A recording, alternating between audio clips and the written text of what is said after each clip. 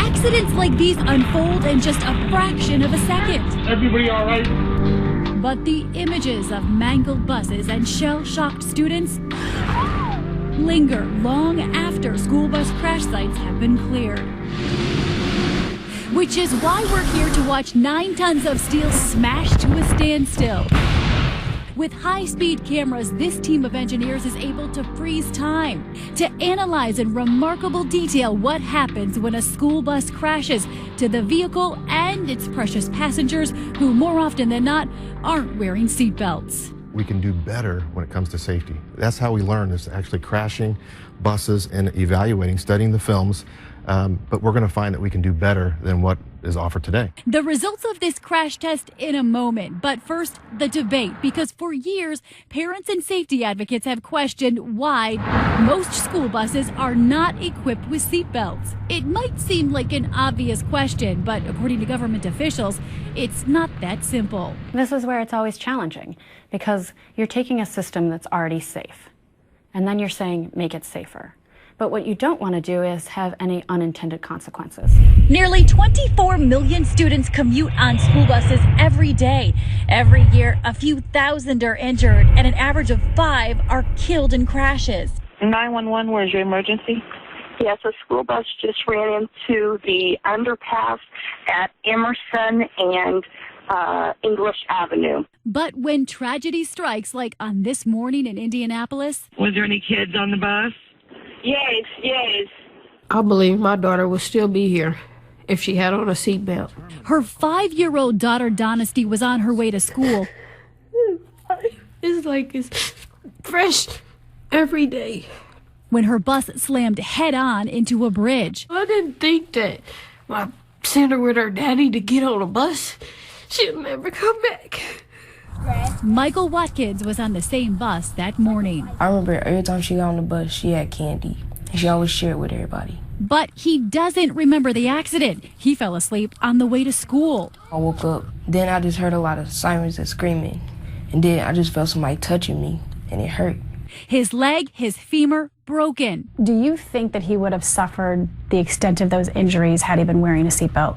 All I know is he wasn't in one, and he ended up with a broken femur, 2 surgeries, a wheelchair, walker, therapy. U.S. regulations only require seatbelts on school buses under 10,000 pounds, and only 6 states require all school buses to be equipped with seatbelts. A big difference from many click-it or ticket laws across the nation that require us to belt up in cars. When you get in your mom's car, what's the first thing you do?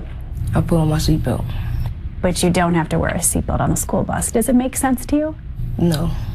If you're going to wear a seatbelt in the car, you got to wear it on the bus, too. But there's not one on the bus. That's because school buses have been specifically designed to protect children without the use of seatbelts. We're talking about engineering concepts and physics concepts. The National Transportation Safety Board, the NTSB, does not make policy, but Chris Poland is part of their team that investigates serious school bus crashes and makes safety recommendations. We're talking about the science of the school bus, and I don't think that's well portrayed to the average mom and dad. We have a school bus that works extremely well, large, heavy vehicle, bright colors, lights. We have compartmentalization, which protects occupants in the most frequent crash, which is frontal crashes. Compartmentalization refers to the high back seats that are like a protective envelope, absorbing energy during a crash. These design features are one of the reasons federal regulations do not require seatbelts on larger school buses. The vehicle itself has been designed for safety, yet when you look inside, we think lap and shoulder belts can add and reduce injuries and fatalities. IMI, one of the leading school bus seatbelt providers, invited ABC News for a first-hand look at how they think they can improve school buses. Larry Gray is IMI's CEO and top engineer. So we're kind of getting a preview of the point of view from the cameras that are on board. Inside the bus, yes. So what you see, these will be high-speed videos, again, about 1,000 frames per second. We have dummies that have a lot of instrumentation in them. So the dummies aren't so dumb. They're not They're going to be telling us a lot. They're going to be telling us a lot. A whole lot. On the bus, 12 school-age dummies in various positions. only 4 are belted. We have 20 different cameras rigged up. This bus right here is going to crash into that wall 30 miles an hour. I'm a little nervous. 3, 2, 1. Oh my gosh. So let's see the extent of the damage. This kid that was leaning over, look at what he did to the seat. He bent the seat in half. When the occupant hits the back, it does deform and absorb energy. That seat back doing what it's designed to do. But when they're out of their compartment or when they're not properly faced, they're going to come out of their compartment. Using an industry measurement called injury criteria, Emmy says the crash test dummies without restraints fare much worse than the ones belted in. Lap and shoulder belts reduce injuries by 50%. Not just frontals, but all forms of accidents. 50%? That's a statistic that NHTSA has.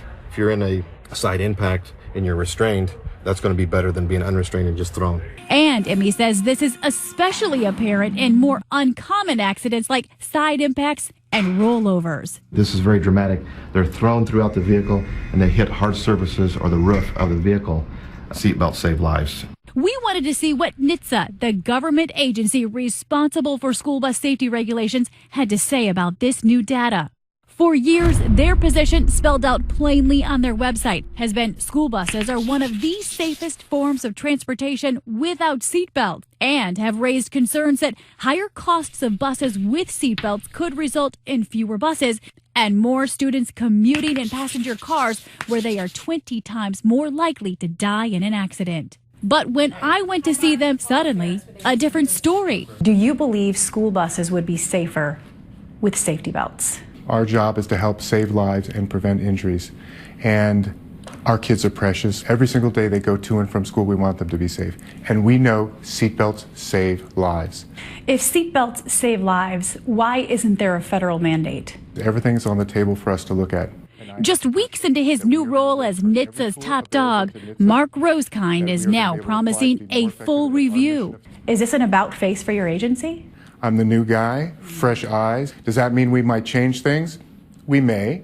And again, it's not just about the word, it's actions. We're going to look for every action we could take to help those kids be safer. It remains to be seen whether this review will lead to new regulations. If it does, it could also provide a small measure of purpose to a grieving mother like Danielle. My baby was a sacrifice. That will be her legacy. For Nightline, I'm Paula Ferris in Indianapolis.